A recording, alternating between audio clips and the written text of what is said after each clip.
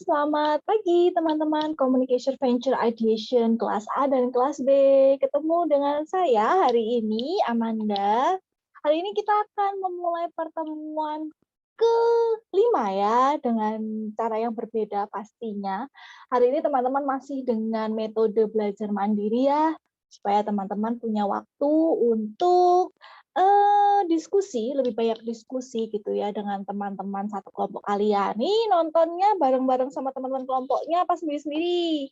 Sendiri-sendiri boleh, tapi jangan lupa nanti di akhir saya akan meminta teman-teman untuk berdiskusi tentang ide bisnis kalian. Nah, tema hari ini atau topik yang akan saya bahas hari ini adalah tentang BMC atau Business Model Canvas. Nah, apa ya BMC ini? BMC ini sebenarnya adalah sebuah format gitu ya, bentuknya seperti tabel. Tabel ini memang digunakan untuk merancang dan mendetailkan ide bisnis yang tercetus gitu ya di benak seseorang atau yang memang sudah lama direncanakan oleh seseorang gitu ya. Jadi sebelum memulai sebuah bisnis, harapannya orang tersebut tuh sudah punya rencana yang matang. Daripada cuma dipikirin doang, lebih baik kan ditulis. Nah, ketika ditulis ini ada sebuah tools yang digunakan, yaitu yang bernama BMC. Oke, selama ya kurang lebih 1 jam mungkin ya, saya akan menjelaskan tentang BMC ini. Cuman karena sangat complicated, hari ini saya bagi BMC menjadi 2 bagian. Hari ini bagian yang pertama adalah sisi kanan dari BMC, di mana yang sisi kiri kita akan bahas minggu depan. Oke, kita akan mulai topik kita hari ini yaitu BMC. Kita share screen dulu untuk PPT saya. PPT saya ini juga bisa di-download ya oleh teman-teman di e-learn semuanya. Oke, BMC yaitu Business Model Canvas. Nah, ini teman-teman background-nya sudah terlihat sekilas ada blok-blok tabel gitu ya. Nah, kita akan bahas hari ini BMC ini. Tapi sebelumnya, ini tadi saya sudah menyampaikan sekilas gitu ya di depan bahwa BMC ini apa sih gitu ya. BMC ini sebenarnya menggambarkan dasar pemikiran bagaimana sebuah organisasi menciptakan, memberikan, dan menangkap nilai atau value. Ini oleh Alexander Ostenwalder et al. Ini adalah pencetus orang yang mencetuskan format BMC ini. Jadi menurut Pak Alexander ini, BMC ini sebenarnya akan menggambarkan bagaimana orang atau sebuah organisasi kemudian menciptakan atau memberikan dan menangkap nilai yang menjadi harapannya adalah penyelesaian masalah dari customer atau orang lain gitu kan. Makanya ketika kemarin teman-teman sudah belajar gitu ya tentang empathy map ya, bagaimana caranya kita supaya bisa tahu orang-orang di sekitar kita ini butuh apa sih, orang-orang sekitar kita ini peduli tentang apa sih gitu ya, yang harapannya itu menjadi ide bisnis buat teman-teman. Jadi produk teman-teman atau jasa yang akan ditawarkan oleh kelompok teman-teman memiliki value, punya manfaat yang bisa memecahkan masalah yang dialami oleh orang-orang di sekitar kalian. Sama seperti halnya kalau teman-teman sudah nonton film startup ya, sama seperti produk yang mereka buat ya, sebuah artificial intelligence di handphone ya berupa aplikasi yang membantu orang buta dalam mengetahui apa yang terjadi di sekelilingnya. Nah, ini kan sebenarnya teknologi AI-nya itu sebenarnya sudah dikembangkan ya oleh Nam Dosan ya. Dia sudah punya kamera yang bisa mendeteksi, oh barang ini botol, barang ini adalah pensil, oh ini adalah manusia. Nah, tapi belum punya value nih kemudian. Tapi setelah Nam Dosan bertemu dengan neneknya Sodami yang beliau cerita bahwa beliau someday akan buta, nah ini kemudian mencetuskan ide di kepala Dosan untuk membuat sebuah artificial intelligence untuk membantu kaum tunanetra. Nah, hal ini teman-teman yang menjadi value gitu ya dari produk tersebut, bahwa produk tersebut akhirnya membantu memecahkan masalah orang yang buta, yang tunanetra, karena aplikasi tersebut bisa membantu mengenali apa saja sih yang ada di sekeliling mereka, bisa membantu mereka membaca buku bahkan, bisa membaca mendeskripsikan bagaimana rupa wajah orang di depannya misalnya. Nah itu, tapi saya dan Pak Im tidak berharap ya teman-teman bisa mengembangkan bisnis sampai sebegitunya, karena teman-teman bukan dari jurusan ISD, tetapi kami harap teman-teman bisa menemukan ide bisnis yang juga punya value itu tadi ya, yang bisa memecahkan masalah orang-orang di sekitar teman-teman. Nah, dalam merancang ide bisnis tersebut, teman-teman butuh nih yang namanya BMC atau Business Model Canvas. Nah, sebelumnya nih teman-teman, lihat dulu contoh di PPT saya di depan kalian nih ya. Ada beberapa jenis sepatu, ya kan? Mungkin teman-teman beberapa kenal gitu ya, di antaranya paling kiri atas itu kalau udah logonya seperti tanda cawang itu pasti punyanya Nike ya. Kemudian yang paling kanan atas itu ada Payless. Nah, siapa nih yang pernah belanja di Payless? Nah, kemudian kiri bawah ada Wakai. Nah, ini juga produk sepatu yang baru-baru ini juga digemari gitu ya. Kemudian yang terakhir adalah dia tetap sama Nike, cuman sebenarnya ini adalah dijual oleh resellernya namanya Zappos. Nah, apa sih kira-kira bedanya? Mereka sama-sama jualan sepatu loh, tapi apa ya value yang mereka punya kira-kira? Nah, kalau Nike terkenal dengan apa? Semua iklan gitu ya yang dibuat oleh produk Nike ini selalu berbau sports. Jadi orang-orang yang gemar berolahraga atau suka aktivitas yang outdoor, mereka pasti akan langsung ingat, oh saya akan membeli sepatu Nike. Ya, karena dia sangat spesifik gitu ya untuk kegiatan-kegiatan outdoor seperti contohnya adalah olahraga. Jadi kalau teman-teman apa namanya suka aktivitas olahraga outdoor, ini pasti juga kenal lah, paling tidak kenal gitu ya dengan produk Nike. Terus kemudian apa dong bedanya dengan Payless? Payless ini juga jualan sepatu loh, even memang dia nggak ada Nike gitu di dalamnya. Tapi apa kira-kira keunikan dari Payless dibandingkan Nike misalnya?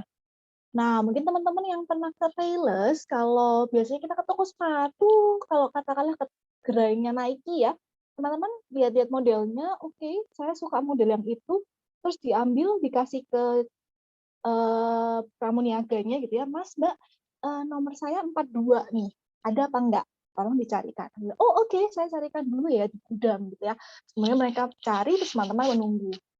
Nah, ini adalah sebuah hal yang tidak akan teman-teman temukan di Payless ya, karena teman-teman kalau ke Payless mungkin tetap ada Mbak Mas pramuniaganya gitu ya yang akan siap membantu, tapi untuk teman-teman bisa loh untuk langsung ke slot bagian sepatu di mana itu mereka sudah mengurutkan berdasarkan ukuran sepatu kalian. Jadi kalau kalian ukuran sepatunya adalah 39 misalnya, nah teman-teman tinggal aja jalan gitu ya ke rak yang ada tulisannya, oh ini ukuran 39 atau 39,5 ya biasanya kalau di Payless. Teman-teman tinggal lihat-lihat aja tuh rak sepatu yang di apa namanya ukuran 39 itu ada model apa aja, teman-teman juga udah bisa langsung cobain gitu ya, nggak perlu susah-susah manggil Mas Mbak pramuniaganya untuk tanya model ini ada nomor 39-nya nggak ya, gitu ya. Nah ini adalah salah satu value gitu ya yang ditemukan oleh Payless, di mana mereka melihat bahwa aku harus meng-hire orang banyak untuk melayani customer-ku hanya untuk mencarikan nomor sepatu mereka untuk model yang memang mereka sukai. Nah, daripada kayak gitu, akhirnya mereka menyeting toko mereka sesuai dengan rak-rak yang berdasarkan ukuran sepatu. Nah, ini menjadi value yang berbeda dari Payless dengan toko sepatu yang lainnya. Nah, sama-sama jualan sepatu kok gitu ya, sama-sama jual brand-brand yang berbeda gitu ya. Ada sepatu sport, ada sepatu kantor, ada sandal gitu ya, ada sepatu anak-anak juga. Tapi mereka punya value itu. Mereka memecahkan masalah, solusi, memberikan solusi kepada konsumen. Mereka bisa langsung tahu di ukuran sepatu mereka itu ada model apa aja. Itu keuntungan Payless. Kemudian ada Wakai. Nah, Wakai ini sangat unik gitu ya, karena tatanan tokonya mungkin kalau teman-teman ke Tunjungan Plazanya Surabaya ya, tatanan tokonya sudah menyerupai Payless ya. Jadi mereka sudah punya banyak sekali rak, di mana rak itu sudah ada keterangan, oh ini nomor sekian gitu ya, nomor 38, 39, 40 dan lain sebagainya gitu ya. Nah, tapi apa sih bedanya Wakai dengan sepatu yang lain? Nah, ini mungkin teman-teman sempat jamani ya, kalau saya pasti jamani juga gitu ya, bahwa ada sepatu-sepatu yang memang dikhususkan untuk sepatu jalan. Nah, ini kan sepatu-sepatu yang nyaman, sepatu-sepatu yang tidak membuat telapak kaki itu pegal gitu ya, kaki itu pegal untuk dibuat jalan seharian. Nah, Wakai memberikan value itu pada orang-orang yang menggunakan sepatu mereka. Mereka berbahan kanvas ya, nyaman, dingin gitu ya, dipakai nggak bikin kalau bahasa Jawanya sumuk atau gerah gitu ya kaki. Walaupun kalian pakai kaos kaki, dia tetap adem gitu ya. Nah, dan juga permukaannya memang empuk gitu ya untuk membuat kaki itu nyaman ketika harus dibuat berjalan seharian. Nah, ini adalah value yang dimiliki oleh Wakai, di mana mereka memang menawarkan walking shoes yang memang nyaman dipakai untuk sehari-hari. Nah, yang terakhir yaitu Zappos. Ini mungkin sudah ada dan sudah sangat diterapkan gitu ya di e-commerce yang teman-teman gunakan ya, Shopee, Tokopedia dan lain sebagainya. Tapi jangan salah teman-teman, sebelum ada e-commerce, Zappos ini memang cukup ngetren gitu ya di kalangan pecinta sepatu. Karena apa? Dulu sebelum ada e-commerce mereka menjadi website jual beli sepatu original gitu ya, yang cukup digandrungi karena mereka bisa nih mengirim gitu ya produk mereka tuh via paket gitu ya. Jadi untuk orang yang mau cari sepatu tinggal buka websitenya mereka zappos.com, kemudian tinggal pilih-pilih mau merek apa gitu ya, sudah ada mereknya, kemudian mau model seperti apa, mau nomor yang seperti apa, mirip sama persis dengan e-commerce, tapi mereka masih pakai website gitu ya waktu itu. Dan ketika sudah pilih, masukkan ke shopping cart, kemudian bisa bayar menggunakan credit card ataupun Visa gitu ya. Kemudian produk yang teman-teman sudah pilih itu tadi, teman-teman akan dapatkan via pos-nya. Nah, ini tadi 4 brand gitu ya yang menawarkan sepatu, sama-sama sepatu, tapi mereka masing-masing punya value yang berbeda. Nah, itu tadi gitu ya, harapannya teman-teman ketika punya ide bisnis nanti gitu ya bersama kelompok, loh Bu, kelompok saya sama nih produknya, sama-sama bakso sama kelompok sebelah. It's okay, nggak masalah. Tapi apa yang bisa membedakan kelompok kalian, produk kelompok kalian, value apa yang bisa teman-teman berikan gitu ya, yang berbeda dengan kelompok yang lainnya.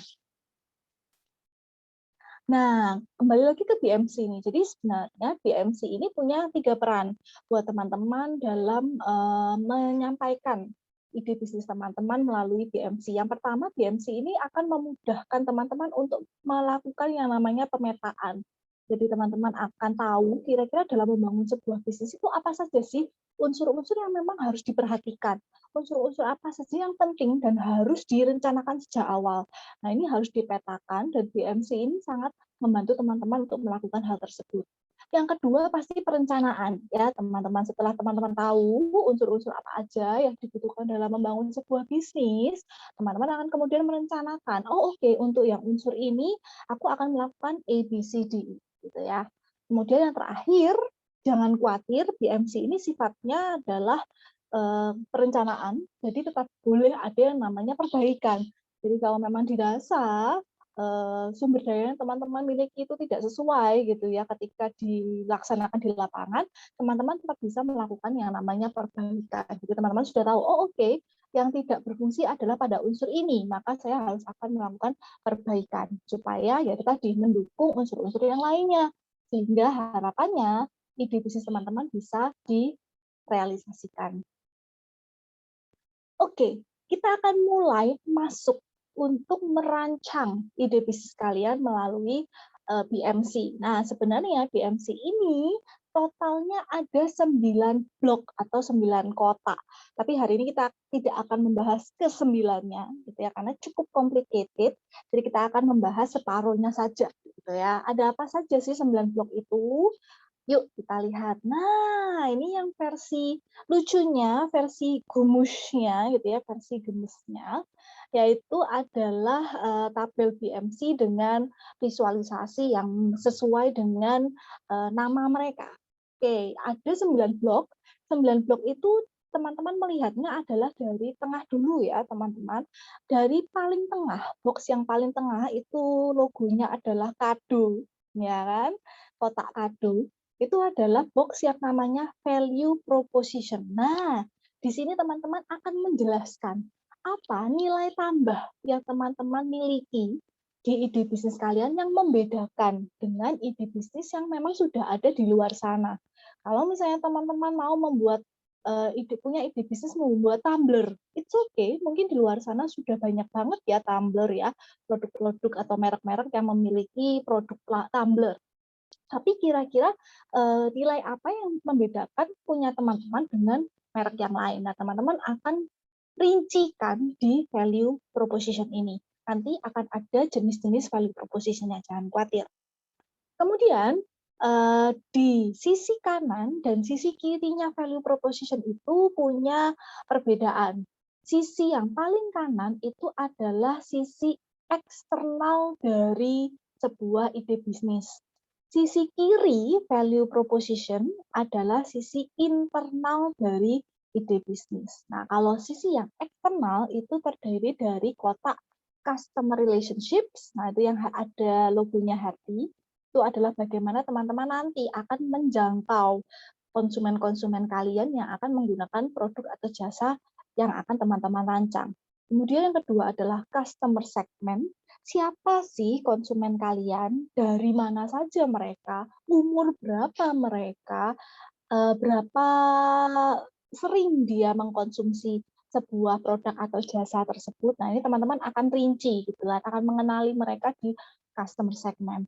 Yang bawah yang sebelahnya customer segment itu yang ada gambarnya truk itu adalah channels. Nah, ini apa saja koneksi yang teman-teman miliki dalam membangun sebuah ide bisnis gitu ya, ada hubungannya dengan mungkin sistem distribusi, kemudian sistem untuk beriklan, untuk marketing dan lain sebagainya. Nah, yang paling bawah adalah revenue stream atau alur pemasukan. Dari mana teman-teman akan mendapatkan pemasukan ketika teman-teman sudah memasarkan ide bisnis kalian nantinya. Itu segi eksternal. Kalau segi internal, nah kita lihat di kotak kiri, value proposition, itu adalah key activities. Yang pertama yang atas, yang ada orang lagi gali, ya, nyekop, gitu ya. Nah, itu adalah apa saja kegiatan yang akan teman-teman lakukan, gitu ya. Itu ada hubungannya dengan SOP, gitu ya, sistem operasional kerja, gitu ya. Kemudian apa saja job desk dari masing-masing orang yang bekerja di dalam tim tersebut gitu ya dan lain sebagainya. Itu key activity. Kemudian bawahnya key activity yang ada orang lagi nunggu itu adalah key resources. Nah, teman-teman sudah tahu nih ada job desk ini aja. Ada job desk A, B, C, D, ada yang job desk masak, ada yang job desk jadi kasir, ada yang bagian packaging, ada yang bagian distribusi gitu ya. Ada list pekerjaannya. Nah, di key resources ini kalian akan list ada siapa saja di sana. Ya, kalau kalian nanti satu kelompok isinya 5 orang, nah dari 5 orang ini kalian bisa list gitu ya. Oke, kamu yang jadi CEO-nya. Oke, aku akan jadi cooking-nya atau chef-nya. Oke, aku jadi marketernya gitu ya atau gitu ya dan lain sebagainya. Itu sumber daya. Jadi key resources ini adalah sumber daya kalian. Selain manusianya, teman-teman juga harus melis yang namanya sumber daya bahan. Jadi untuk mewujudkan ide bisnis kalian ini kalian butuh bahan-bahan apa aja sih gitu ya. Kalau mau bikin tumbler gitu ya misalnya, teman-teman butuh apa sih gitu ya. Misalnya butuh aluminiumnya untuk bikin tumbler yang tahan panas misalnya. Butuh lid-nya atau tutupnya, ya tutupnya itu harus dari bahan apa gitu ya dan lain sebagainya. Butuh cetak logo kah gitu ya, butuh stiker dan lain sebagainya. Jadi tidak hanya sumber daya manusianya saja tapi juga sumber daya bahan-bahannya gitu ya. Kemudian yang kiri, yang panjang yang ada tulisannya yang ada logonya cincin dua gitu ya, itu adalah key partners. Nah, ini adalah orang-orang yang memang terjun langsung gitu ya, membantu dalam memvisualisasikan ide bisnis kalian. Dan yang paling bawah itu adalah cost structure atau struktur pengeluaran kalian. Jadi dalam melakukan operasional kalian sehari-hari, ada biaya-biaya apa saja sih yang harus teman-teman bayar. Misalnya gaji pegawai, kemudian tagihan air, tagihan listrik, tagihan internet. Nah, ini teman-teman harus membuat list itu di dalam cost structure. Oke, itu sekilas. Nah, hari ini kita akan membahas sisi eksternal dari sebuah ide bisnis, gitu ya. Jadi hari ini kita akan membahas value proposition dulu, gitu ya. Ini nilai atau apa namanya unsur yang membuat bisnis kalian atau ide bisnis kalian itu bisa berbeda dari bisnis-bisnis yang memang sudah serupa ada gitu ya di sekitar kalian. Kemudian kita akan membahas untuk mewujudkannya kira-kira segi eksternalnya yang kita butuhkan apa saja sih. Nah, kita akan membahas kotak yang paling kanan. Nah, kita akan membahas satu persatu nih ya teman-teman. Sebelum ke customer segment, saya akan ke value propositions dulu ya. Nah, ini kotak yang paling tengah tadi, yang tadi saya bilang adalah apa sih kira-kira unsur pembeda yang membuat ide bisnis kalian itu bisa berbeda. Apa sih gitu ya yang kalian tawarkan ke konsumen kalian? What are you offering them? What is that getting done for them? Kira-kira produk atau jasa kalian ini bisa memecahkan masalah apa sih untuk konsumen kalian? Dan bagaimana caranya dan apakah kira-kira mereka ini peduli gitu ya dengan adanya ide bisnis kalian gitu ya. Apakah mereka kemudian bisa notice gitu ya terhadap kebaruan yang teman-teman tawarkan di ide bisnis kalian. Nah, di dalam value proposition ini ada beberapa pilihan gitu ya.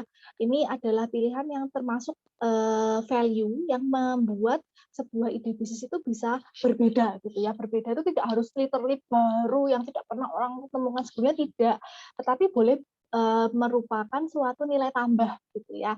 Nah, yang pertama adalah kebaruan. Nah, ini ada penjelasannya, jangan khawatir saya sebutkan dulu. Yang pertama adalah kebaruan, kemudian performance gitu ya, kemudian customization. Nah, customization, kemudian getting the job done, design, brand, price, cost reduction, risk reduction, accessibility, dan convenience atau usability. Ada 11. Nah, ini teman-teman bisa pilih gitu ya. Nanti ketika teman-teman diskusi dengan kelompoknya, teman-teman bisa memilih 11 value preposition ini. Tapi hati-hati, nanti akan ada agak tricky gitu ya, nanti saya akan jelaskan juga. Kita bahas satu persatu dulu. Newness ya, yang pertama adalah newness.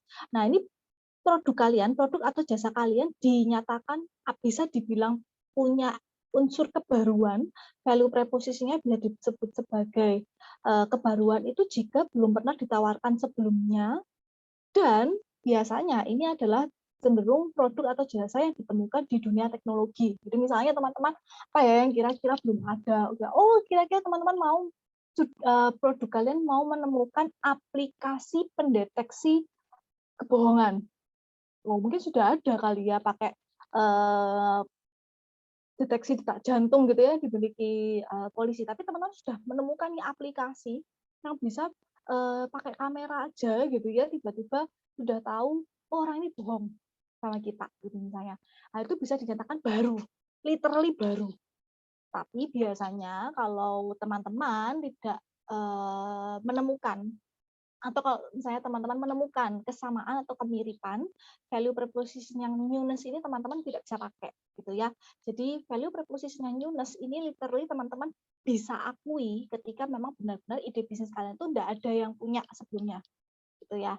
Jadi memang akan lebih banyak gitu ya teman-teman di IMT dan ISP yang akan punya ide bisnis yang punya value proposition newness ini, karena mereka bisa menemukan sebuah aplikasi baru gitu ya yang sistemnya sangat baru, yang kegunaannya juga belum pernah ditemukan. Saya teman-teman mau menemukan aplikasi pendeteksi virus corona gitu ya misalnya, itu kan sangat baru gitu ya, belum ada nih aplikasi untuk mendeteksi itu. Itu bisa gitu ya value preposition-nya berupa newness. Tapi kalau teman-teman tidak menemukan hal yang baru gitu ya, mirip aja itu tidak bisa gitu ya. Jadi newness ini jangan dipakai ya, jangan dipilih ya. Itu newness. Yang kedua adalah performance. Nah, performance ini adalah produk atau jasa yang ditawarkan meningkatkan kinerja konsumen agar menjadi lebih efisien dan lebih efektif. Nah, ini adalah produk atau jasa yang mungkin gitu ya nantinya teman-teman ketika menggunakan konsumen kalian ketika menggunakan produk atau jasa kalian ini membuat kinerja atau membuat konsumen kalian tuh lebih efektif. Contohnya adalah I/O, teman-teman. Nah, I/O atau event organizer ini kan membantu konsumen mereka yang mereka tuh ribet gitu ya kalau mau ngadain pesta sendiri tuh kayak aduh, gimana ya pesen cateringnya, gimana pesen bandnya, gimana pesen periasnya, gimana pesen venue-nya, gimana pesen ininya, gimana undangannya, gimana nah, banyak kan gitu ya unsur-unsurnya. Nah, konsumen yang tidak mau ribet, konsumen yang tidak mau mikir sendiri, itu akhirnya mereka memanfaatkan jasa I/O.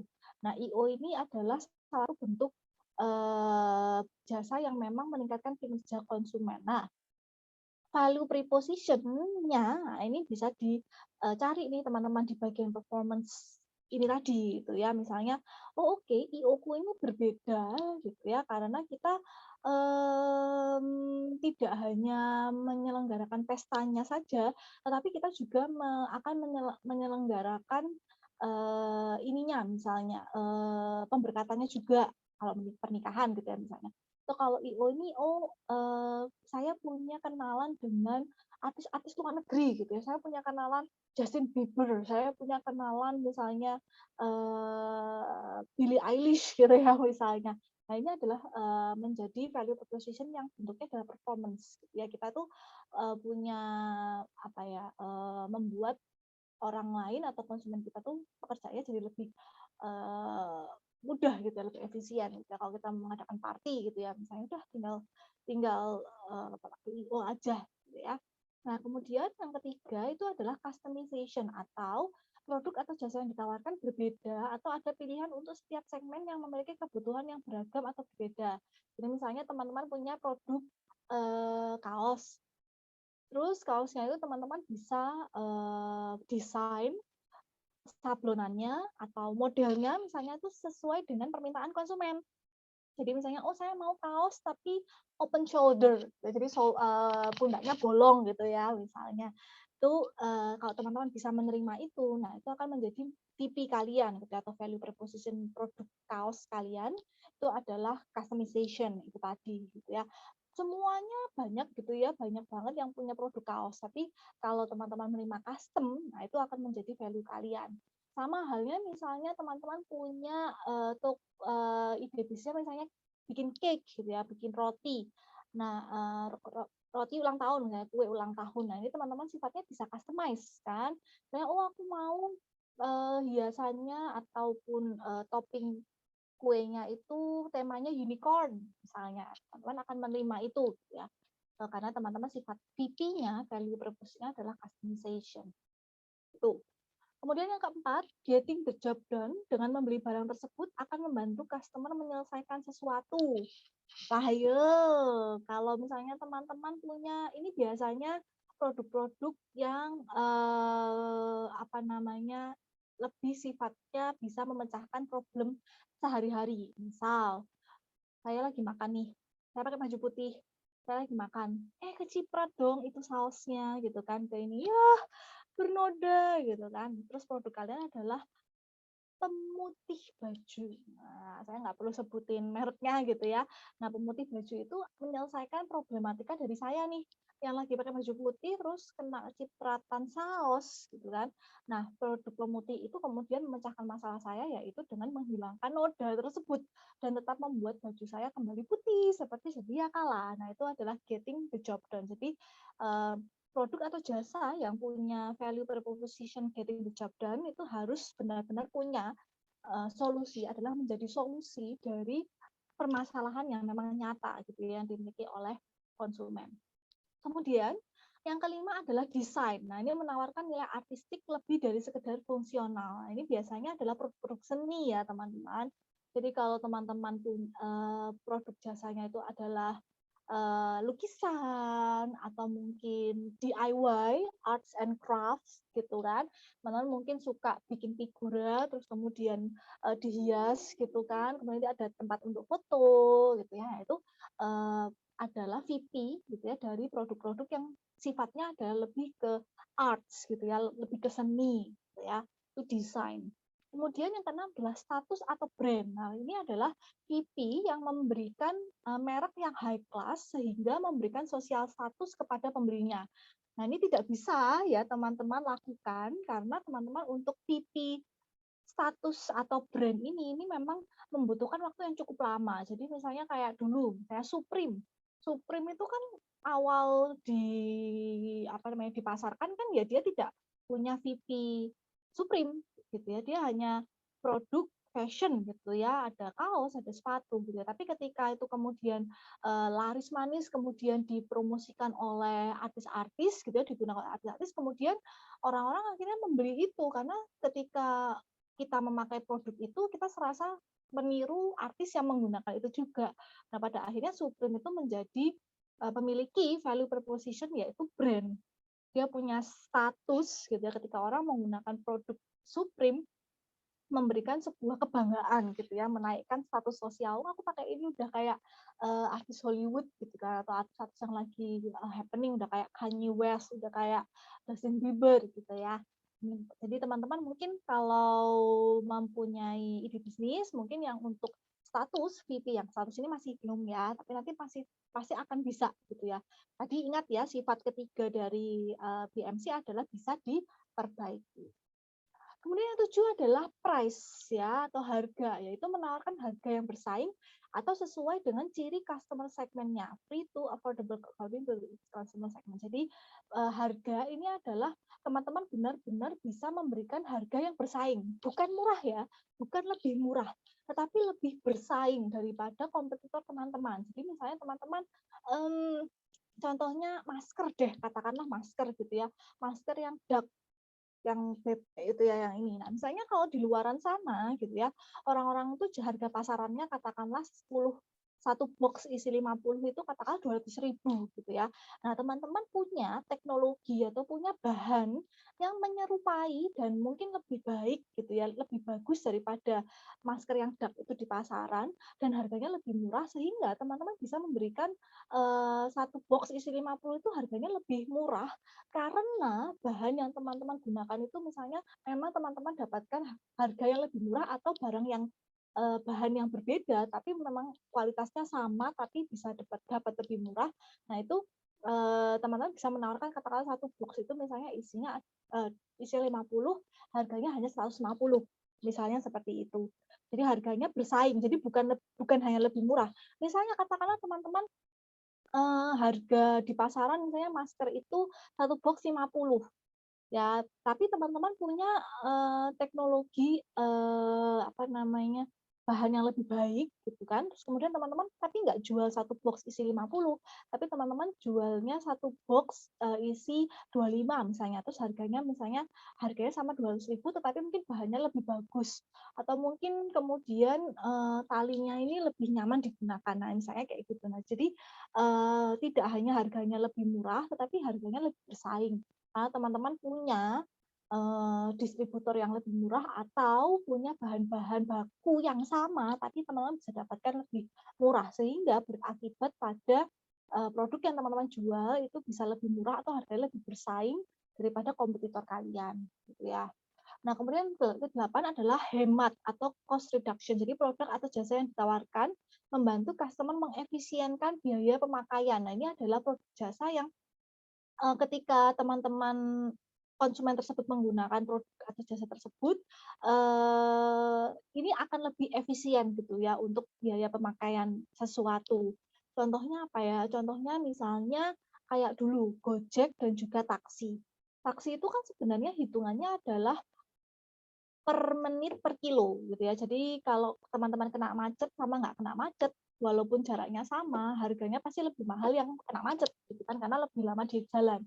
Tapi kalau Gojek itu adalah aplikasi yang menghitungnya adalah per kilo saja gitu ya. Walaupun memang ada busy hour gitu ya, ada jam-jam sibuk yang memang tarifnya per kilo itu memang lebih mahal. Tapi baik itu macet atau nggak macet, kalau jaraknya sama, pasti harganya juga sama gitu ya, tidak ada perbedaan. Nah, ini adalah salah satu VP yang dimiliki oleh Gojek dibandingkan pesaingnya taksi-taksi konvensional dulu gitu ya. Nah, ini bisa mengefisienkan biaya pemakaian konsumen terhadap jasa transportasi gitu kan. Nah, ini kalau misalnya teman-teman punya gitu ya produk atau jasa yang sejenis yang bisa membuat konsumen lebih hemat gitu ya dalam menggunakan produk atau jasa tersebut, nah teman-teman bisa milih ide bisnis teman-teman PP-nya adalah hemat atau cost reduction. Kemudian yang kesembilan adalah meminimalisasi resiko atau risk reduction. Menawarkan produk atau jasa yang meminimalkan resiko yang ditanggung konsumen. Biasanya itu contohnya adalah garansi. Jadi misalnya ini teman-teman misalnya sekarang itu kalau H&M, teman-teman beli di H&M kan nggak boleh dicoba ya. Tapi teman-teman ketika sudah di kasir dibilang, silakan simpan notanya supaya kalau misalnya kekecilan atau ukurannya tidak sesuai, Anda bisa mengembalikannya ke toko kami, gitu ya, maksimal 2 hari ya. 2 hari atau 3 hari ya, saya lupa. Kayaknya 2 hari deh. Jadi 2 hari teman-teman kalau misalnya udah nyoba nih sampai rumah, ya kegedean banget, aku kan udah kelulusan misalnya. Jadi besok teman-teman tinggal bawa produknya, labelnya masih ada gitu ya, terus kemudian teman-teman bawa notanya, dan teman-teman bisa tukarkan untuk ukuran yang lebih kecil gitu ya. Nah itu adalah VP dalam bentuk minimalisasi resiko atau risk reduction. Nomor 9. Yang 10 adalah akses atau accessibility. Nah, ini adalah mempermudah akses customer terhadap produk atau jasa yang ditawarkan. Jadi ini bentuknya adalah layanan begitu ya yang bisa memudahkan konsumen untuk mendapatkan suatu produk, misalnya reseller gitu ya. Kalau misalnya yang jual produknya itu sebenarnya di pulau lain, tapi teman-teman bisa mendapatkan distribusi dari toko itu, terus kemudian teman-teman jual di kota Jawa, Pulau Jawa misalnya atau suatu kota di Pulau Jawa. Nah, ini bisa mempermudah akses konsumer terhadap produk atau jasa tersebut, itu akses. Kemudian yang ke-11 adalah kenyamanan atau convenience atau usability. Menawarkan produk atau jasa yang nyaman dan cenderung mempermudah customer. Nah, ini adalah PP yang di mana produk atau jasa yang teman-teman tawarkan ini bisa semakin membuat konsumen tuh nggak ribet lagi gitu ya, lebih nyaman digunakan, lebih nyaman dimanfaatkan gitu ya. Entah itu dari segi jenis bahannya ataupun bagaimana cara dia mendapatkan layanan tersebut. Nah, ini biasanya produk-produk yang sifatnya aplikasi gitu ya, yang sekali klik gitu ya. BCA Mobile, nggak perlu kalau mau transfer nggak perlu ke ATM gitu ya, tinggal klik BCA gitu aja. Jadi itu adalah contoh bahwa produk itu memberikan kenyamanan. Nggak perlu turun lagi cari-cari keliling-keliling cari ATM. Kalau mau transfer tinggal klik BCA. Ya. Nah, silakan teman-teman pilih. Ini memang rada kontradiktif sih teman-teman dari VP ini gitu ya. Apakah boleh Bu kita mengambil lebih dari satu? Boleh.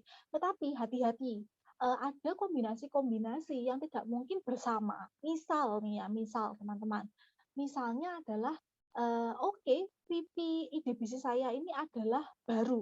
Sangat baru tadi gitu ya. Misalnya produk saya ini bisa mendeteksi kebohongan, newness gitu ya, newness. Tapi teman-teman juga memilih status atau brand, atau teman-teman bilang bahwa ketika orang menggunakan produk saya ini, aplikasi yang bisa mendeteksi kebohongan ini, maka dia akan memberikan status sosial yang lebih terhadap konsumennya. Itu tidak mungkin, karena produk atau jasa yang baru itu tidak mungkin langsung memberikan efek kebaruan gitu ya, efek high class gitu ya terhadap orang-orang yang menggunakan. Jadi yang namanya VP status itu tidak mungkin digunakan oleh bisnis yang sifatnya baru atau newness gitu ya. Nah, ada lagi misalnya, oke, produk saya ini bisa di custom atau customization gitu ya, bisa di custom. Tapi dia juga bisa free atau hemat atau harganya murah gitu ya. Itu juga tidak mungkin karena segala sesuatu yang digunakan sifatnya custom itu tidak mungkin harganya murah, ya kan? Kalau harganya murah ya beli aja yang mereknya hampir sama gitu ya, yang desainnya sama semua itu murah. Tapi segala sesuatu yang custom harganya pasti tidak mungkin lebih murah dari yang lain. Jadi customization dan juga harga itu tidak boleh dijadikan satu gitu ya. Jadi itu adalah beberapa contoh kombinasi VP yang tidak mungkin disatukan. Nah, silakan teman-teman pilih gitu ya, gali. Kira-kira ide bisnisku dan kelompok ini punya VP apa ya? Nah, ini bisa teman-teman pilih dari 11 pilihan ini, atau bisa salah satu ataupun lebih dari satu. Tapi ingat, ada beberapa kombinasi tadi yang tidak mungkin bisa disatukan. Oke, itu VP. Kita ke kotak yang lain. Tadi sudah VP, tadi kita sudah di sisi tengah ya, di sisi tengahnya VP yang ada kotak hadiah itu. Kita akan ke customer segment. Nah, teman-teman kemarin sudah belajar gitu ya, bagaimana mengenali calon konsumen kalian melalui empathy map. Nah, di tabel atau di box customer segment ini, teman-teman akan semakin memperdalam siapa kira-kira konsumen kalian. Nah, ini ada 1, 2, 3, 4, 5 jenis segmen gitu ya dalam mengenali konsumen. Yang pertama adalah konsumen di mass market atau pasar massal. Pasar massal dalam pasar massal atau mass market gitu ya, konsumennya ini pasti banyak dan juga mereka pasti mencari barang-barang yang sejenis. Contohnya apa? Contohnya supermarket. Ya kan? Kalau di supermarket, papa, mama gitu ya, misalnya belanja bulanan atau belanja kebutuhan sehari-hari, udah tahu, oh butuh beras, ya, oh di sini ada beras. Kemudian oke, ada sabun mandi, ada yang namanya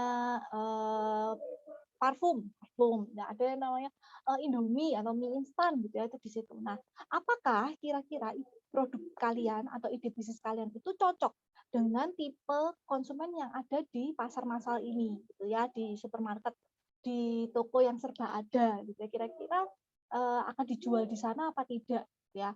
Kemudian yang kedua adalah jenis pasar niche market gitu ya. Ini adalah pasar yang sifatnya bukan pasar yang tradisional, tapi ini adalah sekelompok pedagang gitu ya yang memiliki produk atau jasa dengan kebutuhan yang spesifik. Jadi niche market ini adalah toko-toko gitu ya atau produsen yang memiliki produk atau jasa dengan kebutuhan yang spesifik. Contohnya adalah misalnya Hartono Toko Elektronik. Ya, siapa yang pernah ke Hartono? Kalau di Surabaya itu ada yang namanya toko elektronik Hartono. Nah, di sana itu ada Hartono ini disebut sebagai niche market, di mana konsumen yang datang ke sana itu pasti cari barang elektronik. Nggak mungkin cari sabun mandi, nggak mungkin cari pisang goreng, ya, nggak mungkin cari martabak, gitu kan. Nah, ini adalah contoh niche market. Nah, kira-kira produk kalian atau ide bisnis kalian ini konsumennya ini lebih cenderung ke yang massal, ya, yang kebutuhannya massal sehari-hari gitu ya, atau yang memang kebutuhannya spesifik. Kalau elektronik itu kan nggak mungkin ya kita sehari-hari pasti belanja elektronik itu kan nggak mungkin. Tapi kalau pasar massal atau mass market ini adalah barang-barang yang dijual itu adalah produk-produk sehari-hari. Atau konsumen kalian ini, oh enggak Bu, ide bisnis saya ini lebih ke orang-orang yang dengan kebutuhan spesifik gitu tadi ya. Contohnya misalnya barang elektronik, misalnya apotek, nah spesifik ke obat itu. Kemudian yang ketiga adalah segmented. Nah, segmented ini adalah pasar yang terbagi dari beragam kebutuhan tapi satu kategori saja gitu ya. Misalnya contohnya adalah pasar ikan. Memang ikan gitu ya di dalamnya pasar ikan, tetapi ikannya macam-macam, ada ikan hias gitu ya, ada ikan akuarium, ada akuarium air tawar, akuarium air laut dan lain sebagainya. Ya, jadi segmented, benar-benar hanya satu kategori saja, hanya ikan. Kalau di Hartono tadi toko elektronik itu kan elektronik itu kan masih luas ya, ada elektronik dapur, apa misalnya blender, juicer, kompor ya, ada elektronik rumah tangga, misalnya mesin cuci, setrika dan lain sebagainya. Ya, tapi kalau yang sudah pasar yang segmented, ini benar-benar hanya satu kategori saja. Jadi pasar ikan, sudah that's it, gitu ya. Jadi benar-benar terbagi hanya berdasarkan satu kategori. Kalau diversified, pasar diversified berbeda kebutuhan, beda kategori dalam satu tempat. Nah, ini adalah pasar yang memang satu tempat itu isinya beda-beda kategorinya, gitu ya. Ini contohnya misalnya mall. Mall itu kan satu tempat ya, department store gitu ya. Department store tapi dia jual banyak, ada supermarket ada, toko sepatu ada, restoran ada, toko obat juga ada. Kalau di PTC juga ada pet shop gitu ya. Jadi diversified ini adalah konsumen di mana ketika mereka datang semuanya sudah ada di sana. Kira-kira gimana Kak? Kalau multi-sided platform ini adalah e-commerce gitu ya. Jadi konsumen-konsumen yang sudah mulai memanfaatkan platform-platform yang multi gitu ya, yang multidimensi gitu ya, di mana dia tidak harus ada toko fisiknya, tapi dia sudah ada di platform-platform digital gitu ya, seperti e-commerce itu tadi, kemudian website dan sebagainya. Nah, ini kira-kira teman-teman di customer segment ini konsumennya sering cari produk kalian ini kira-kira gimana nih? Lebih ke produk atau jasa yang sifatnya sehari-hari kah? Which is itu adalah mereka konsumen yang ada di mass market atau pasar massal, atau konsumen yang lebih spesifik lagi nih di niche market ya, yang lebih punya kebutuhan spesifik tadi, atau mungkin sangat segmented gitu ya, atau mungkin dia lebih sifatnya diversified, atau mungkin hanya konsumen yang sifatnya dia cuma belanja di platform online. Nah, customer segment. Kita sudah melewati 2 box gitu ya. Nah, ini adalah box yang ketiga yaitu channel, masih di sisi yang kanan ya, yang eksternal. Nah, ini kira-kira channel ini adalah bagaimana cara kalian itu menggapai atau memberikan barang kalian ini atau menawarkan produk atau jasa ini ke konsumen kalian gitu ya. Lewat interaksi yang seperti apa sih yang teman-teman akan lakukan kepada konsumen kalian dalam menawarkan produk atau jasa kalian. Nah, ada 2 tipe. Tipe yang pertama adalah direct ya. Jadi atau kalian gitu ya langsung ada tokonya atau kalian sendiri yang langsung melakukan transaksi gitu ya. Kalian konsumen hubungin kalian, kalian langsung memberikan barangnya, pembayarannya juga dari kalian. Atau teman-teman melakukan yang namanya indirect. Jadi teman-teman memberikan produk kalian ke sebuah toko, tokonya itu yang nanti akan menjualkan ke konsumen, konsumen bayar ke toko itu, uangnya akan diberikan dari toko itu ke kalian. Jadi sistemnya seperti nitip gitulah ya. Jadi teman-teman punya partner, punya lokasi di mana lokasi tersebut bisa menjual produk atau jasa yang teman-teman gunakan. Atau teman-teman punya shop sendiri gitu atau toko sendiri di mana teman-teman akan langsung berinteraksi dengan konsumen kalian secara direct itu tadi. Nah, ada fase-fase di mana kalian akan berinteraksi gitu ya dengan konsumen. Yang pertama pasti awareness. Nah, di sini teman-teman akan memperkenalkan dulu, "Halo, hai, saya punya produk ini loh," gitu ya. "Produk saya tentang ini loh," gitu kan. Itu adalah level awareness. Nah, ketika mereka atau konsumen itu sudah tahu kalian gitu ya, mereka akan mengevaluasi kira-kira, produk ini menarik nampaknya. Haruskah saya menggunakan? Untuk apa ya kalau saya gunakan? Beli nggak ya? Beli nggak ya? Kalau saya beli, saya pakai buat apa ya? Ya, konsumen akan melakukan evaluasi. Kemudian yang ketiga adalah purchase. Nah, ketika mereka sudah menentukan, oh oke, aku akan beli, mereka akan membeli gitu kan. Kalau mereka membeli, nah ada pilihannya adalah delivery. Nah, delivery ini tadi ya, mereka bisa datang sendiri ke shop kalian, atau mereka akan mencari di toko-toko di mana toko tersebut menjual produk atau jasa kalian. Atau misalnya mereka menggunakan sebuah platform di mana platform itu bisa menerima langsung pembayaran, tetapi produknya dilakukan melalui pengiriman atau di delivery tadi. Kemudian yang terakhir adalah after sales. After sales ini biasanya adalah keputusan konsumen untuk apakah dia akan melakukan pembelian untuk kedua kalinya. Jadi kalau mereka sudah langganan, itu adalah tahap paling loyal seorang konsumen kepada produk atau jasa tersebut, yaitu mereka akan menjadi pelanggan tetap gitu ya, membeli lebih dari 1 kali, 2 kali, 3 kali sampai jadi langganan. Sales. Kalau di platform ya biasanya kita diminta untuk memberikan apa? Bintang 5 ya Kak, gitu ya, memberikan review, memberikan kesan gitu ya dan pengalaman mereka bagaimana ketika mereka mendapatkan produk tersebut atau menggunakan produk tersebut. Itu channel teman-teman. Silakan teman-teman pilih gitu ya. Kira-kira nanti saya akan berinteraksi di level apa nih ke konsumen saya? Apakah cukup sampai apakah tipenya adalah direct gitu ya atau tipenya ada indirect. Kemudian fasenya apakah teman-teman mau sampai after sales kayaknya nggak dulu deh ya. Lebih baik teman-teman sampai ke delivery aja dulu gitu kan. Kalau teman-teman nggak berjualan di platform. Oke, channel. Tadi teman-teman sudah tahu konsumennya biasanya beli di pasar apa gitu ya. Kemudian bagaimana teman-teman nanti akan berinteraksi gitu ya dengan konsumen. Nah, yang terakhir atau belum terakhir nih ya, yang masih berhubungan dengan konsumen ya, yaitu adalah customer relationship. Nah, ini tadi teman-teman udah berinteraksi kan ya sama konsumen ya melalui direct maupun indirect, ada fasenya juga sampai ada awareness, ada evaluation, ada transaction atau purchase, ada delivery sampai after sales. Nah, ketika seseorang itu kemudian menjadi konsumen kalian gitu ya, yang menggunakan barang atau jasa kalian, kira-kira relationship seperti apa sih yang akan kalian jalin dengan mereka? Nggak cuma romantis ya.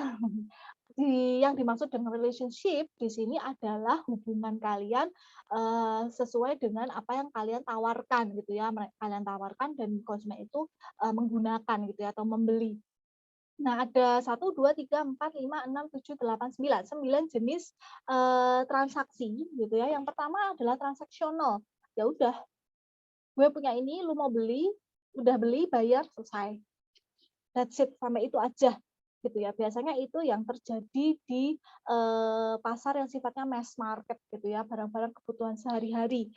Aku harus mandi tiap hari, mandinya harus pakai sabun. Kalau sabunnya habis ya udah beli dong, ya kan? Nah, jadi ya ada merek-merek sabun itu sifatnya transaksional gitu ya, misalnya saya merek ini transaksional, saya beli dapat produk ini biasanya dijual di supermarket X gitu ya. Ya udah saya ke supermarket X beli sabun itu, bayar di kasir, selesai. Saya bawa pulang, saya mandi. Nanti kalau habis beli lagi gitu kan, transaksional. Atau kalian mau menjalin relasi dengan konsumen kalian itu sifatnya long term.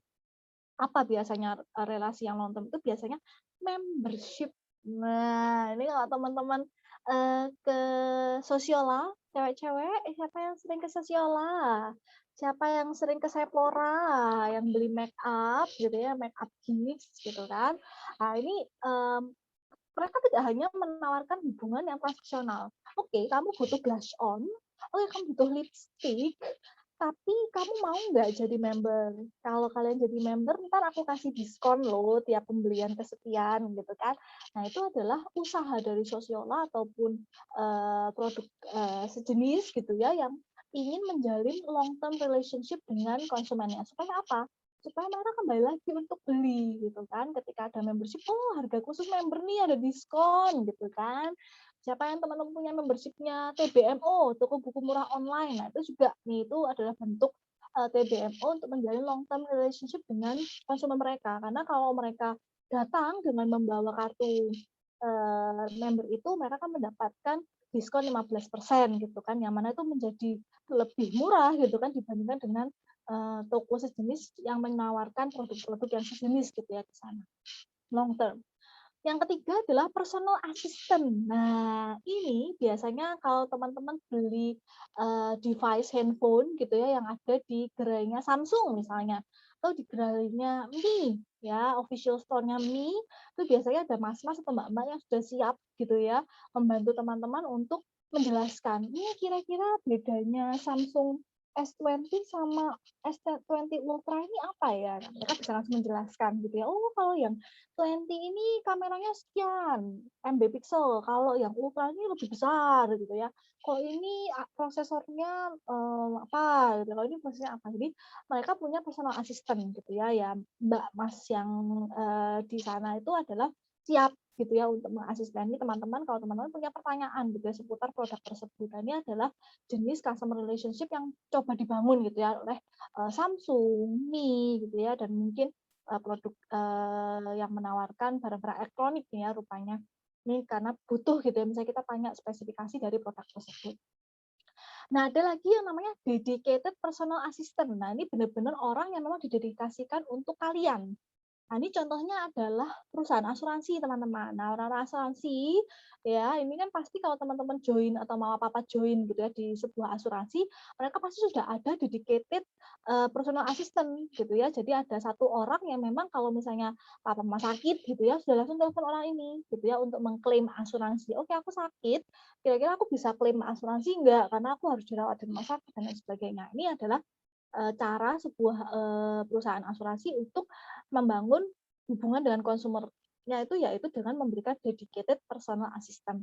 Jadi teman-teman punya apa namanya konsumen yang sangat dedicated gitu ya dari produk tersebut gitu kan. Nah, kemudian yang selanjutnya adalah self service. Ya, self service ini adalah produk atau jasa di mana konsumennya itu tidak perlu dilayani. Ada metode yang namanya self service. Teman-teman mungkin sudah tahu cuci mobil otomatis ya kan, yang lewat tinggal jalan aja terus tiba-tiba ada mesin gitu ya yang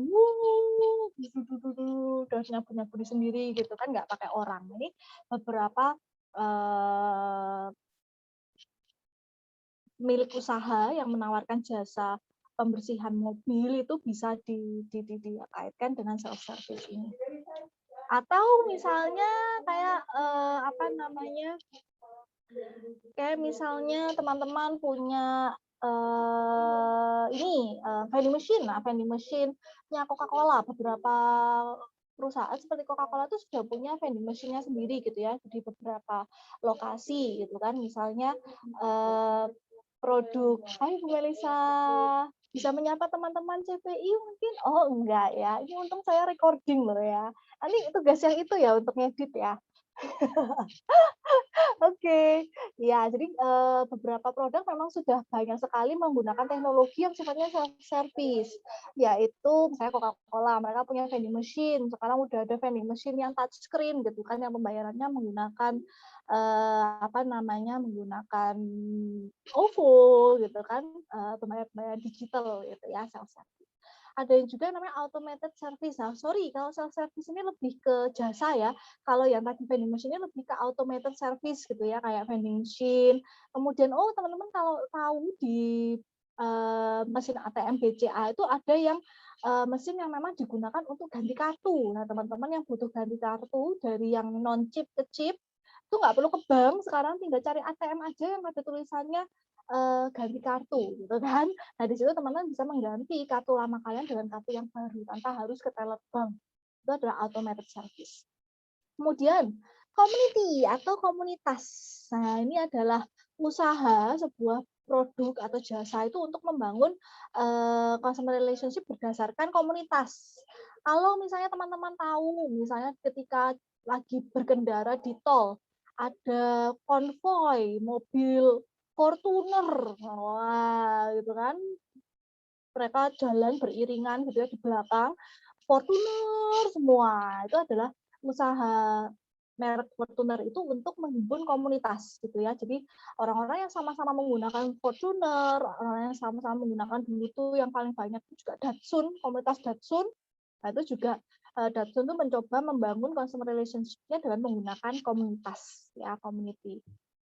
Nah, co-creation yang terakhir. Co-creation ini adalah usaha sebuah produk atau jasa itu untuk mengajak konsumennya untuk ikut mendesain atau ikut turut serta membangun produk atau jasa tersebut gitu ya. Jadi contohnya macam-macam nih. Ini adalah dulu kalau teman-teman tahu di Citato ya, Citatos ya kalau nggak salah. Citatos atau apa ya? Atau Lays ya, saya lupa. Ada produk makanan ringan yang kemudian membuat sayembara.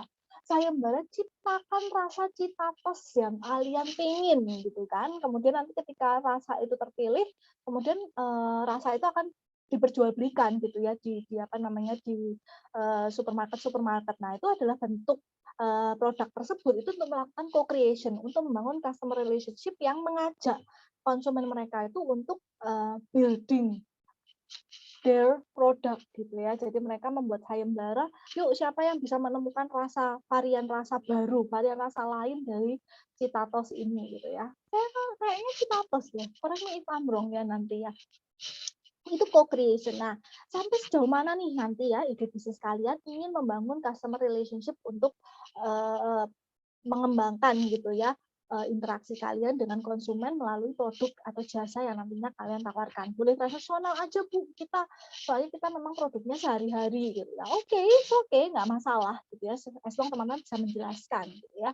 Atau misalnya mau, kami akan membuat personal assistant Bu. Oke, boleh personal assistant yang seperti apa, gitu ya, teman-teman bisa jelaskan. Nah, ini adalah box yang paling bawah gitu ya, yang ada kaitannya dengan duit ya atau uang. Yaitu adalah revenue stream atau arus pemasukan. Nah, kira-kira teman-teman ini nanti ketika sudah merealisasikan ide bisnis kalian, kira-kira kalian akan mendapatkan pemasukan dari mana? Nah, jenis-jenis pemasukan ini ada 5. Yang pertama adalah penjualan aset. Nah, ini biasanya teman-teman akan dapatkan kalau teman-teman misalnya sudah beli komputer, sudah beli alat pemanggang misalnya atau oven atau alat pemasak fryer deep fryer. Nah, itu kalau misalnya itu dijual itu kan akan menjadi aset gitu ya. Jadi alat-alat yang teman-teman gunakan, modal awal yang teman-teman gunakan itu adalah aset sale. Jadi penjualan aset. Nah, itu adalah salah satu bentuk pemasukan teman-teman. Kemudian usage fee atau biaya penggunaan. Nah, ini adalah contohnya misalnya teman-teman menyewakan sesuatu gitu ya, menyewakan kulkas gitu ya misalnya, atau misalnya teman-teman beli toko, terus kemudian toko itu terlalu besar untuk teman-teman, makanya space-nya disewakan. Nah, disewakan ke orang lain ini kan mereka harus bayar sewa ya ke teman-teman. Nah, itu juga termasuk dari usage fee. Enggak Bu, kita nggak punya toko fisik, ya udah berarti nggak ada ya usage fee. Kalau aset pasti teman-teman akan punya besok. Kemudian subscription fees. Nah, subscription fees ini adalah kalau nanti produk atau jasa kalian ini memang membutuhkan yang namanya subscribing gitu ya, atau berlangganan. Nah, biaya berlangganan ini teman-teman pasti akan dapatkan. Atau misalnya teman-teman akan mendapatkan masukan dari peminjaman, lending, renting, atau leasing. Nah, ini teman-teman juga akan dapat gitu ya kalau teman-teman nanti bisa menyewakan sesuatu gitu ya, atau mungkin menjual sesuatu. Dan yang terakhir adalah licensing. Nah, teman-teman, kenapa McD itu bisa gede gitu ya? Kenapa kok janji jiwa itu sekarang di mana-mana dan omsetnya gede banget? Karena dari janji jiwa itu yang dijual adalah license gitu ya. Jadi semua menu mereka ya, semua resep mereka itu sudah punya lisensi gitu ya, sudah punya hak cipta, hak paten, yang mana ketika orang lain mau membuka toko, mereka tuh tinggal membeli license-nya aja gitu ya. Jadi janji jiwa itu kenapa bisa banyak banget tenannya gitu ya, karena yang kalau kita mau jualan janji jiwa, kita tinggal beli license-nya aja. Jadi pemasukan dari janji jiwa itu salah satunya adalah pembayaran license-nya itu, lisensinya ini yang mahal gitu ya. Nah, ini hebat nih kalau teman-teman besok bisa menemukan suatu formula yang mana formula ini ternyata bisa mendapatkan animo yang tinggi gitu ya dari dari masyarakat. Nah, teman-teman bisa membuat itu sebagai licensing gitu ya, licensing. Kemudian teman-teman bisa jual ke orang lain supaya orang lain bisa buka nih produk yang sama, menu yang sama seperti yang teman-teman sudah temukan itu tadi. Nah, ini adalah cara teman-teman nanti mendapatkan aliran uang ya selain menjual belikan produk atau jasa yang teman-teman dapatkan. Nah, ini ada pricing mechanism gitu ya.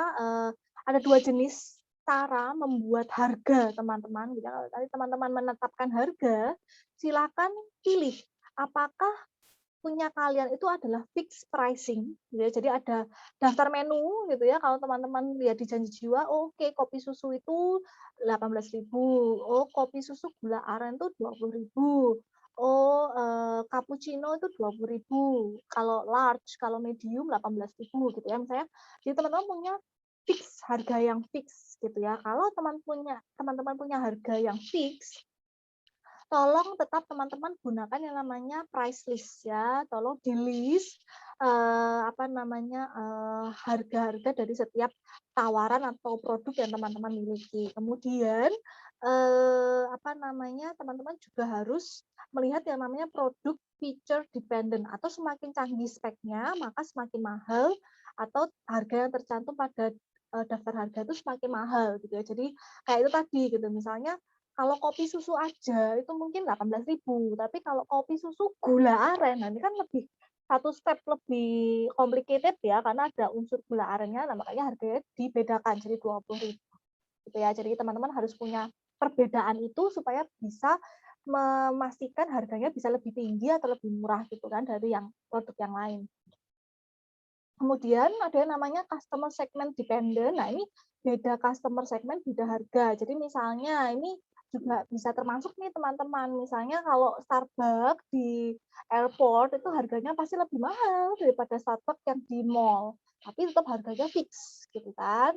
Itu teman-teman juga bisa tetapkan seperti itu. Kalau misalnya nanti teman-teman buka gerai teman-teman di Surabaya, terus merambah ke Bali, nah bisa jadi harga yang di Bali itu bisa beda dengan harga di Surabaya. Karena apa? Oh, karena Bali itu kota wisata, jadi harganya lebih mahal, misalnya seperti itu.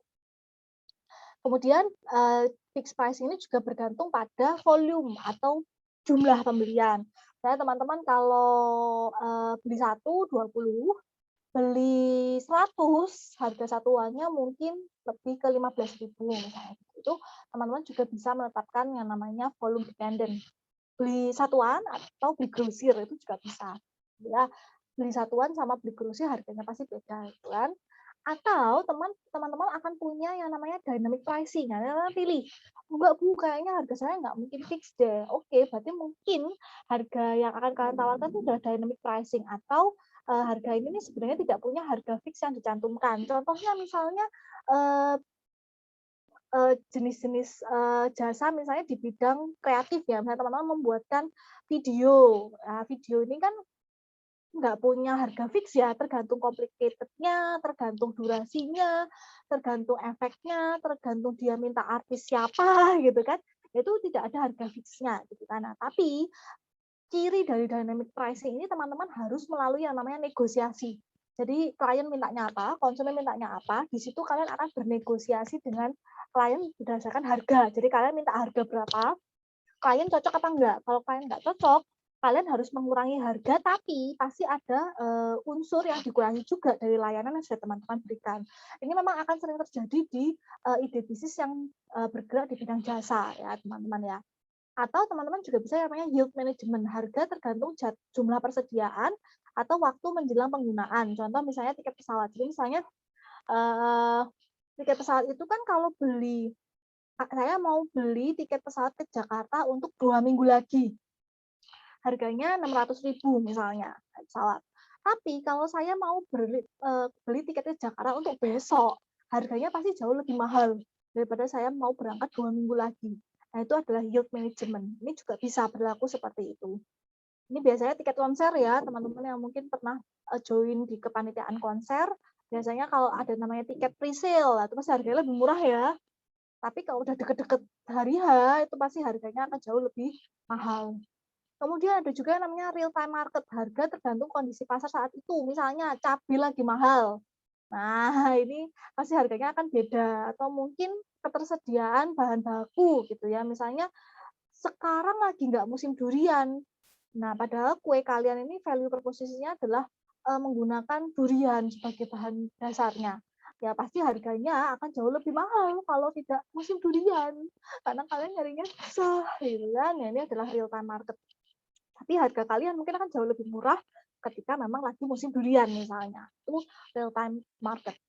Atau dynamic pricing ini juga bisa dilakukan dengan cara lelang atau harga pembelian tergantung hasil penawaran terakhir yang paling mahal pastinya ya, atau yang paling akhir dari konsumen yang memang menawar harga ini dilakukan oleh waktu itu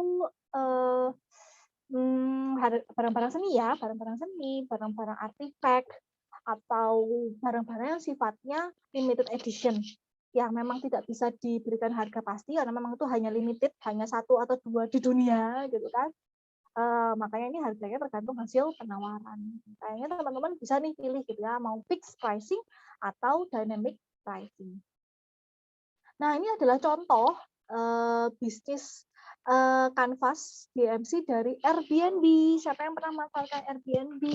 Ya, mungkin yang suka traveling, ya mau cari penginapan yang murah tapi mungkin Instagramable, ya, atau mungkin mau cari tempat yang memang homey, ya, kita bisa cari di Airbnb. Nah, kita lihat nih gitu kan, Airbnb ini kan sebuah aplikasi ya yang menyediakan, yang berpartner, bermitra dengan beberapa pemilik penginapan itu untuk menyediakan penginapan untuk turis. Nah, kira-kira VIP-nya dia apa ya? Ternyata VIP-nya dia itu adalah kalau dari segi host atau pemilik penginapan, dia bilang bahwa host can earn money by renting their space. Jadi sebenarnya Airbnb ini memberikan kemudahan bagi pemilik penginapan itu untuk mendapatkan uang ketika mereka join Airbnb, menawarkan tempat penginapannya ini ke Airbnb gitu ya, untuk disewa di Airbnb. Kemudian Airbnb offers insurance to homeowners. Jadi Airbnb ini menawarkan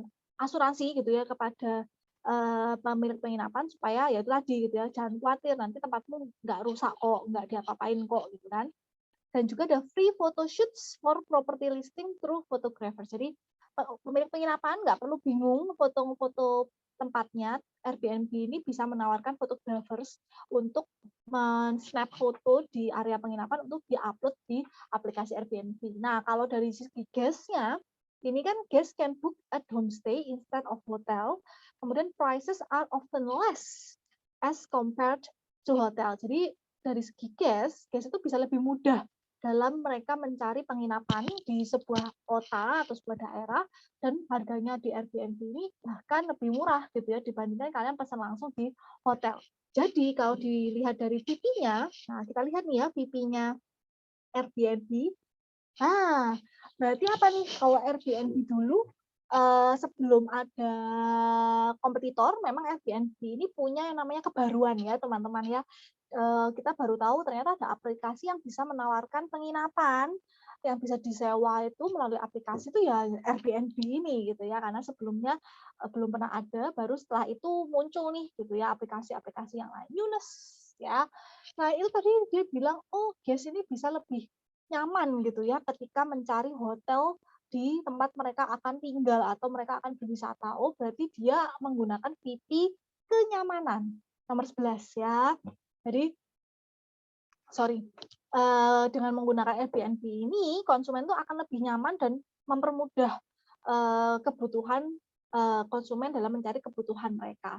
Terus tadi ada yang bilang, terakhir Airbnb bilang bahwa harganya relatif lebih murah ketika daripada mereka menyewa langsung ke hotelnya. Berarti ada VP price di situ ya, ada harga. Jadi harganya lebih bersaing gitu ya yang ditawarkan daripada kompetitor mereka ya. Langsung ketika konsumen itu kalau booking ke hotel itu bahkan jauh lebih mahal daripada booking di Airbnb. Nah, itu tadi gitu ya. VP itu adalah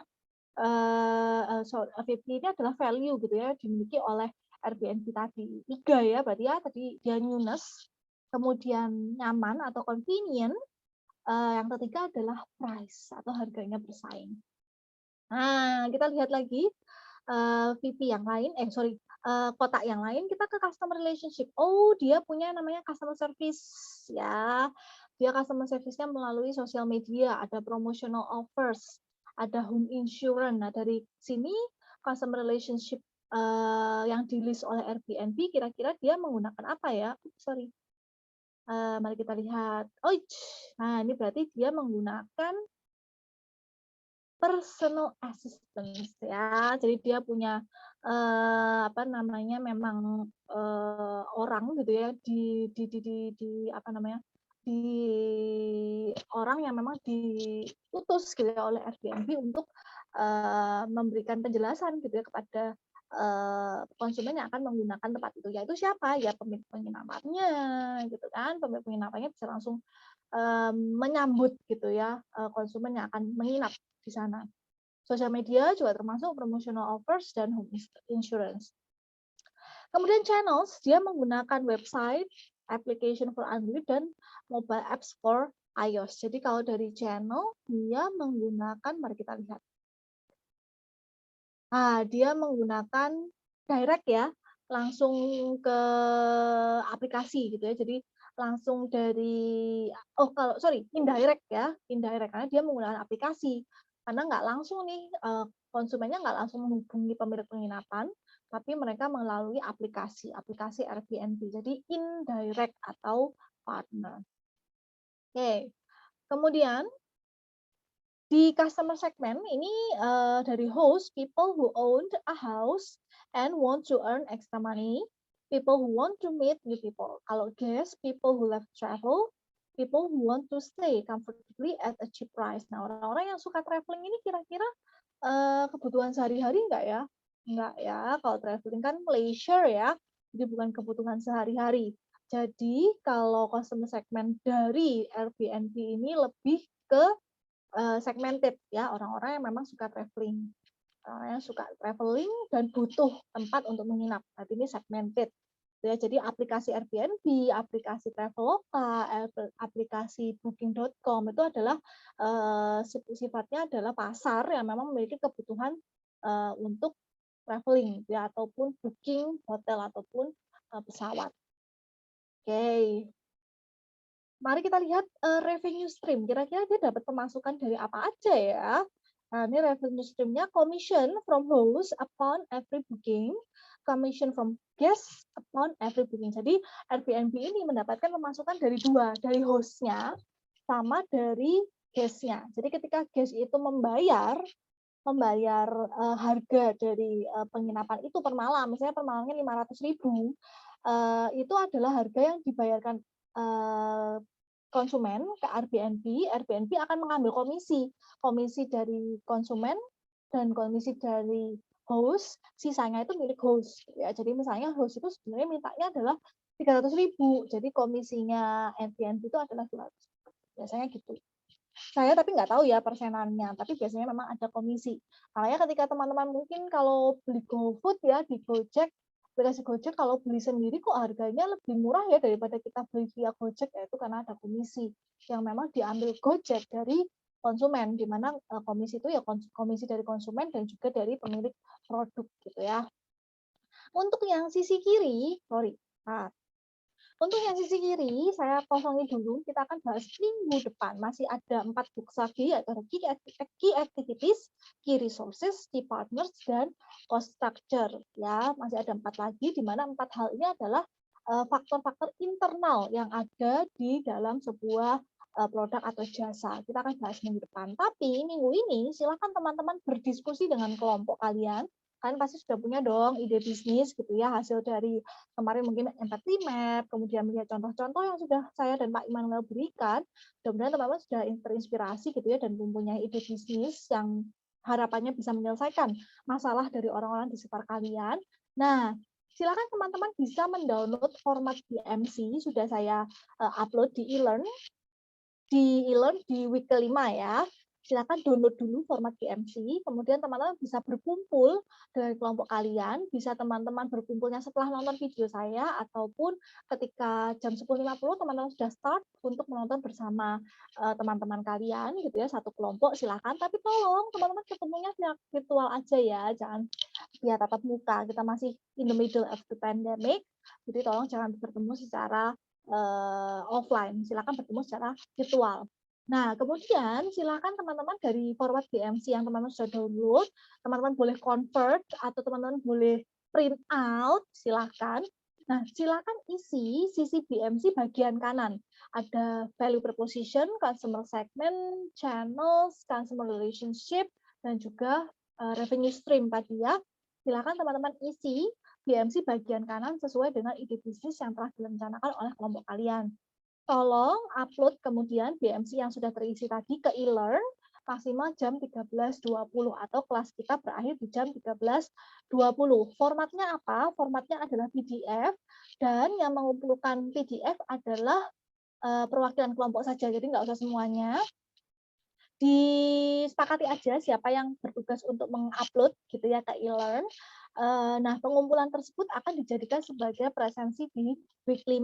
Jadi tolong jangan sampai teman-teman tidak mengumpulkan satu kelompok, karena kalau teman-teman tidak mengumpulkan satu kelompok, maka saya anggap satu kelompok itu tidak hadir dalam minggu ke-5.